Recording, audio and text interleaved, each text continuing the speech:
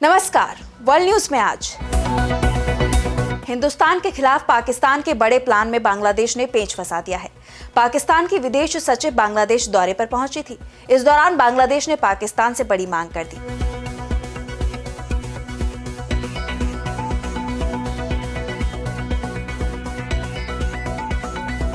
बांग्लादेश की मांग तो साफ है। पाकिस्तान की सेना ने जिस तरह से बांग्लादेशी लोगों की जान ली थी, उसे लेकर सबसे पहले माफी मांगी जाए। लेकिन पाकिस्तान इसे पूरे करने की स्थिति में नहीं है, क्योंकि पाकिस्तान में सत्ता में कोई भी हो, लेकिन चलती सेना की ही है। ऐसे में ये भी माना जा रहा है कि बांग्लादेश ने पाकिस्तान की कमजोर नस दबाई है। इस पर हम करेंगे विस्तार से चर्चा, लेकिन आइए जरा उन खबरों को भी देख लें जिन पर आगे होगी बात। अमेरिकी सुप्रीम कोर्ट से ट्रंप को लगा बड़ा झटका। सिटीजनशिप वाले फैसले पर रोक। 15 मई को आगे की सुनवाई करेगा सुप्रीम कोर्ट। हमास और इजराइल के बीच युद्ध हो सकता है समाप्त। हमास की तरफ से रखा गया है प्रस्ताव। सभी बंधकों को छोड़ने को तैयार हमास। तालिबान से रूस ने हटाया प्रतिबंध। रूस के सुप्रीम कोर्ट ने तालिबान को आतंकियों की सूची से हटाया। 20 साल पहले रूस ने तालिबान पर लगाया था प्रतिबंध। चलते चलते में बात करेंगे ब्रह्मांड के खोए हुए हिस्से की। वैज्ञानिकों ने नई तकनीक के इस्तेमाल से खोजा ब्रह्मांड का खोया हुआ हिस्सा। इन सभी खबरों पर हम आगे विस्तार से करेंगे बात, लेकिन एक नजर पहले हेडलाइंस पर। यमन के हूतियों पर अमेरिका का सबसे बड़ा हमला। तेल बंदरगाह पर लड़ाकू विमानों ने की बमबारी। 38 की गई जान, 100 से ज्यादा घायल। चाकू की नोक पर विमान का अपहरण। बेलीज में यूएस आर्मी के पूर्व सैनिक ने किया हाईजैक। 3 यात्री घायल। एक यात्री ने फ्लाइट में ही हाईजैकर को मार गिराया। अमेरिका ने ईरान को दी धमकी। देश बचाना है तो छोड़ना होगा न्यूक्लियर प्रोग्राम। ईरान से बातचीत से पहले अमेरिका ने रख दी शर्त। दुनिया में पहली बार होने जा रही है स्पर्म रेस। इंसानों की जगह स्पर्म लगाएंगे दौड़। लगेगा सट्टा। लाइव प्रसारण भी होगा। बांग्लादेश में शेख हसीना की सरकार हटी तो पाकिस्तान अपने लिए मौके देखने लगा। बांग्लादेश की अंतरिम सरकार के प्रमुख मोहम्मद यूनुस के हिंदुस्तानी विरोधी फैसलों ने उनकी उम्मीदें बढ़ा दी। पाकिस्तान और बांग्लादेश में पहली बार सियासी रिश्ते मजबूत होते दिखाई दिए। इस समय पाकिस्तान की विदेश सचिव आमना बलोच बांग्लादेश के दौरे पर हैं। 15 साल बाद पाकिस्तान का कोई शीर्ष अधिकारी बांग्लादेश पहुंचा है। विदेश सचिव के बाद पाकिस्तान के विदेश मंत्री इशाक डार भी अगले सप्ताह बांग्लादेश आ रहे हैं। पाकिस्तान की कोशिश है कि बांग्लादेश के सहारे वो हिंदुस्तान को असहज स्थिति में लेकर आए। बांग्लादेश में हिंदुस्तान के बढ़ते विरोध ने पाकिस्तान की इस उम्मीद को हवा भी दे दी। लेकिन अब बांग्लादेश ने पाकिस्तान से ऐसी डिमांड कर दी है जिसने पाकिस्तान की सरकार को मुसीबत में फंसा दिया है। बांग्लादेश ने कहा कि 1971 के मुक्ति युद्ध के समय पाकिस्तान की सेना ने बांग्लादेशियों पर अत्याचार किए। उन सभी अत्याचारों के लिए उसे सार्वजनिक रूप से माफी मांगनी चाहिए। इसके साथ ही 1971 से पहले की परिसंपत्तियां जिन पर बांग्लादेश का हक था, वो उसे वापस दी जाए। ये रकम 4.3 अरब डॉलर की है। बांग्लादेश ने पाकिस्तान से 1970 के चक्रवात पीड़ितों के लिए मिली विदेशी सहायता भी ढाका को सौंपने की डिमांड की है। ढाका में बांग्लादेश विदेश सचिव जसीमुद्दीन और पाक विदेश सचिव आमना बलूच के बीच बातचीत में ये मुद्दा उठा और इसका जवाब पाकिस्तान नहीं दे पाया है। जसीमुद्दीन ने भले ही पाकिस्तान से माफी की डिमांड की है, लेकिन पाकिस्तान की विदेश सचिव आमना बलूच ने इस मुद्दे पर कुछ भी कहने से इनकार कर दिया है। उन्होंने कहा कि पाकिस्तान सभी मुद्दों पर बात करने को तैयार है। दोनों देशों के अधिकारी मिलकर समस्याओं का समाधान निकालने की कोशिश करेंगे। पाकिस्तान की मुसीबत यह है कि बांग्लादेश की तरफ से पाकिस्तान की सेना के अत्याचारों को लेकर पाकिस्तानी सरकार से सार्वजनिक माफी की डिमांड की है। अगर पाकिस्तान की सरकार बांग्लादेश की मांग मंजूर करती है और सार्वजनिक रूप से माफी मांगती है, तो इससे पाकिस्तान की सेना की जबरदस्त बेइज्जती होगी। इसकी साख को बड़ा झटका लगेगा और पाकिस्तान की सेना नहीं चाहती है कि इस मामले में माफी मांगी जाए। वैसे भी ये माना जाता है कि पाकिस्तान की सत्ता पर किसी भी दल का कब्जा हो, लेकिन सरकार में सेना का ही हमेशा दबदबा बना रहता है। ऐसे में सेना के किसी भी काम के लिए पाकिस्तान की सरकार तब तक कोई बयान नहीं देती जब तक सेना की तरफ से उसे हरी झंडी ना मिल जाए। ऐसे में बांग्लादेश ने माफी की डिमांड कर पाकिस्तान की कमजोर नस दबा दी है।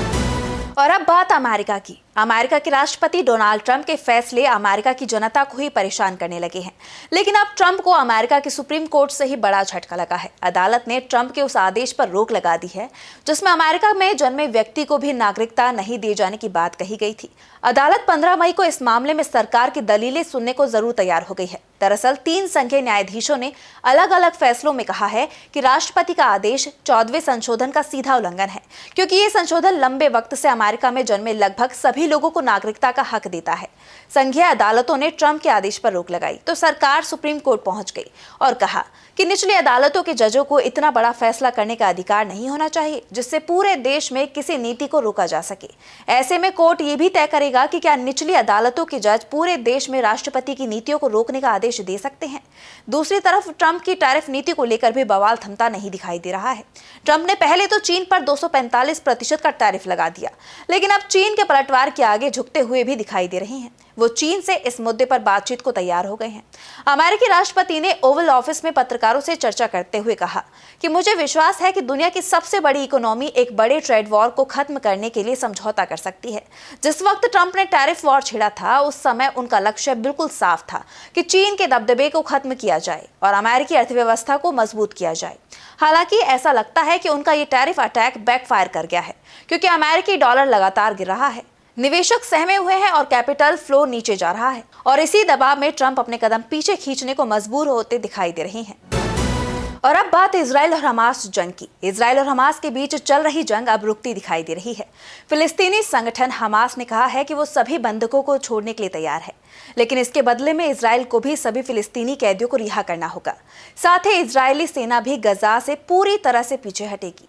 हमास के वरिष्ठ अधिकारी खलील अल हया ने टेलीविजन पर दिए संदेश में युद्ध समाप्त करने का ये प्रस्ताव रखा है। अगर इजराइल हमास के प्रस्ताव से सहमत हो जाता है तो गजा में 1.5 साल से ज्यादा समय से चल रही जंग खत्म हो सकती है। खलील ने कहा कि हम इजराइल से युद्ध रोकने के लिए बातचीत को तैयार हैं, लेकिन इजराइल के उस शर्त को स्वीकार नहीं करेंगे जिसमें हमास से हथियार डालने की बात कही गई है। हमास तभी बचे हुए 59 इजरायली बंधकों को छोड़ेगा जब इजराइल युद्ध को पूरी तरह से समाप्त करने पर सहमत होगा। आपको बता दें कि इजराइल ने 45 दिन के युद्ध विराम का प्रस्ताव दिया था, लेकिन इसमें हमास को हथियार डालने की भी शर्त शामिल की गई थी, जबकि हमास का कहना है कि कोई भी समझौता स्थायी युद्ध विराम, इजरायली सेना की पूर्ण वापसी और गजा के पुनर्निर्माण की गारंटी के आधार पर ही होना चाहिए। इजराइल की तरफ से जो प्रस्ताव दिया गया है वो सिर्फ अपने बंधकों को वापस लाने का है, इसमें युद्ध खत्म करने की बात नहीं है। हमास आंशिक समझौते को अब स्वीकार नहीं करेगा। अलहिया ने कहा कि नेतन्याहू और उनकी सरकार आंशिक समझौता का इस्तेमाल अपनी उस राजनीतिक नीति को आगे बढ़ाने के लिए करते हैं जिसका मकसद युद्ध को जारी रखना है, भले ही इसके लिए अपने ही बंधकों की बलि क्यों न देनी पड़े। हम इस नीति को लागू करने का हिस्सा नहीं बनेंगे। साफ है अब गेंद इजराइल के पाले में है। नेतन्याहू की सरकार पर भी इजराइल की जनता का लगातार दबाव बढ़ रहा है कि वो बचे हुए बंधकों को रिहा कराए। और अब बात रूस की। रूस ने एक बड़ा फैसला लेकर सभी को हैरान कर दिया है। दरअसल रूस के सुप्रीम कोर्ट ने अफगानिस्तान के सत्तारूढ़ तालिबान पर 2 दशक से ज्यादा पुराने प्रतिबंध को हटा दिया है, जिसके बाद तालिबान को अब आधिकारिक तौर पर आतंकवादी संगठनों की सूची से बाहर कर दिया गया है। आपको बता दें कि रूस ने 2003 में तालिबान को आतंकवादी संगठन घोषित किया था, लेकिन अब सर्वोच्च न्यायालय का फैसला तत्काल प्रभाव से लागू हो गया है। हालांकि रूस के इस फैसले ने सबसे बड़ा सवाल ये खड़ा कर दिया है कि आखिर रूस ने ये फैसला क्यों और कैसे लिया, इससे किसे फायदा होगा। मिली जानकारी के मुताबिक ये कदम मॉस्को की कूटनीतिक रणनीति में महत्वपूर्ण बदलाव का संकेत देता है। रूस अब अफगानिस्तान के वर्तमान शासकों यानी तालिबान के साथ संबंध सुधारने की दिशा में प्रतीकात्मक और रणनीतिक दोनों प्रकार के कदम उठा रहा है। बंद कमरे में हुई सुनवाई में तालिबान के वकील और प्रतिनिधि मौजूद थे। दिसंबर 2024 में रूसी संसद ने कानून में संशोधन किया था, जिसने समूह के साथ बातचीत को सुविधाजनक बनाने के लिए तालिबान पर प्रतिबंध को अस्थायी रूप से हटाने की अनुमति दी थी। अफगानिस्तान के लिए रूसी राष्ट्रपति के विशेष दूत और शीर्ष राजनयिक के सलाहकार जमीर काबुलोव ने बताया कि इस फैसले से दोनों देशों के बीच पूर्ण राजनीतिक और आर्थिक संबंधों के लिए कानूनी बाधाएं दूर हो गई हैं। यानी रूस का ये कदम तालिबान सरकार के साथ रूस की बढ़ती बातचीत और सहयोग की पुष्टि करता है। अब रूस के इस कदम की चर्चा पूरे देश में हो रही है, तो वहीं हमास के एक एक्शन की भी चर्चा हर तरफ हो रही है। दरअसल इजराइल के साथ जारी संघर्ष के बीच हमास की तरफ से गजा में बंधक बनाए गए 3 रूसी नागरिकों को रिहाई और उनके सही सलामत रूस वापस लौटने पर राष्ट्रपति व्लादिमीर पुतिन ने हमास को धन्यवाद कहा, साथ ही रिहा हुए लोगों से मुलाकात की। बता दें कि इन तीनों रूसी नागरिकों को अक्टूबर 2023 में इजराइल पर हमले के दौरान हमास द्वारा बंधक बना लिया गया था, जिसके बाद करीब 500 दिन बाद 15 फरवरी 2025 को युद्ध विराम समझौते के तहत इन्हें रिहाई मिली है। यानी कहा जा सकता है कि रूस खुद को मजबूत करने में लगा हुआ है और इसमें उसे सफलता मिलती दिखाई दे रही है। और अब चलते चलते में बात करेंगे ब्रह्मांड के आधे हिस्से के मिलने की। जी हाँ, ब्रह्मांड का खोया हुआ आधा हिस्सा आखिरकार मिल गया है। हम किसी चोरी की बात नहीं कर रहे हैं। ये उस गायब मैटर की कहानी है जिसे वैज्ञानिक दशकों से ढूंढ रहे थे। अब पता चला है कि वो हमारे ही आसपास था, लेकिन नजरों से छिपा रहा। ये हिस्सा है बैरोनिक मैटर, यानी वो चीज जिससे तारे, ग्रह, इंसान सब बने हैं। वैज्ञानिकों को अंदेशा था कि उसका आधा हिस्सा यानी करीब 50% कहीं गुम है। अब जाकर इसकी जानकारी मिल गई है। ये गैलेक्सी के बाहर अदृश्य हाइड्रोजन के रूप में है। इस हाइड्रोजन को देखना नामुमकिन था, लेकिन फिर भी इसे खोज लिया गया। कैसे? इसके लिए वैज्ञानिकों ने सीधा आकाश नहीं देखा, बल्कि आकाश के पीछे की रोशनी को देखा। कॉस्मिक माइक्रोवेव बैकग्राउंड यानी ब्रह्मांड की पहली रोशनी हर दिशा में फैली है। जब ये रोशनी किसी गैस से टकराती है तो हल्का सा बदलाव आता है। उस बदलाव को पकड़ना आसान नहीं था, पर साइंटिस्ट ने स्टैकिंग नाम की एक ट्रिक लगाई, यानी एक जैसे लाखों ऑब्जर्वेशन को एक के ऊपर एक जमा कर दिखा गया। इससे वो फीकी अदृश्य सी गैस चमकने लगी और वहीं दिखी हमारी खोई हुई हाइड्रोजन। कैलिफोर्निया यूनिवर्सिटी और लॉरेंस बर्कले लैब के रिसर्चर्स ने 8 अरब प्रकाश वर्ष दूर की 1 मिलियन रेड गैलेक्सी को स्टडी किया। उन्होंने पाया कि हर गैलेक्सी के चारों तरफ हाइड्रोजन का एक विशाल बादल है, इतना बड़ा जितना पहले सोचा भी नहीं गया था। अब सवाल यह है कि ये गैस वहां कैसे पहुंची। इसके 2 रास्ते हैं। एक, गैलेक्सी के बाहर से गैस आकर उसमें समा गई।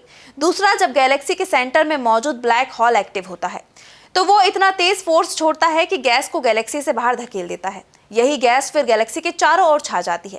ब्लैक होल जब ज्यादा एक्टिव होता है तो इसके मैग्नेटिक फील्ड से निकलते जेट्स लाखों प्रकाश वर्ष दूर तक फैल जाते हैं।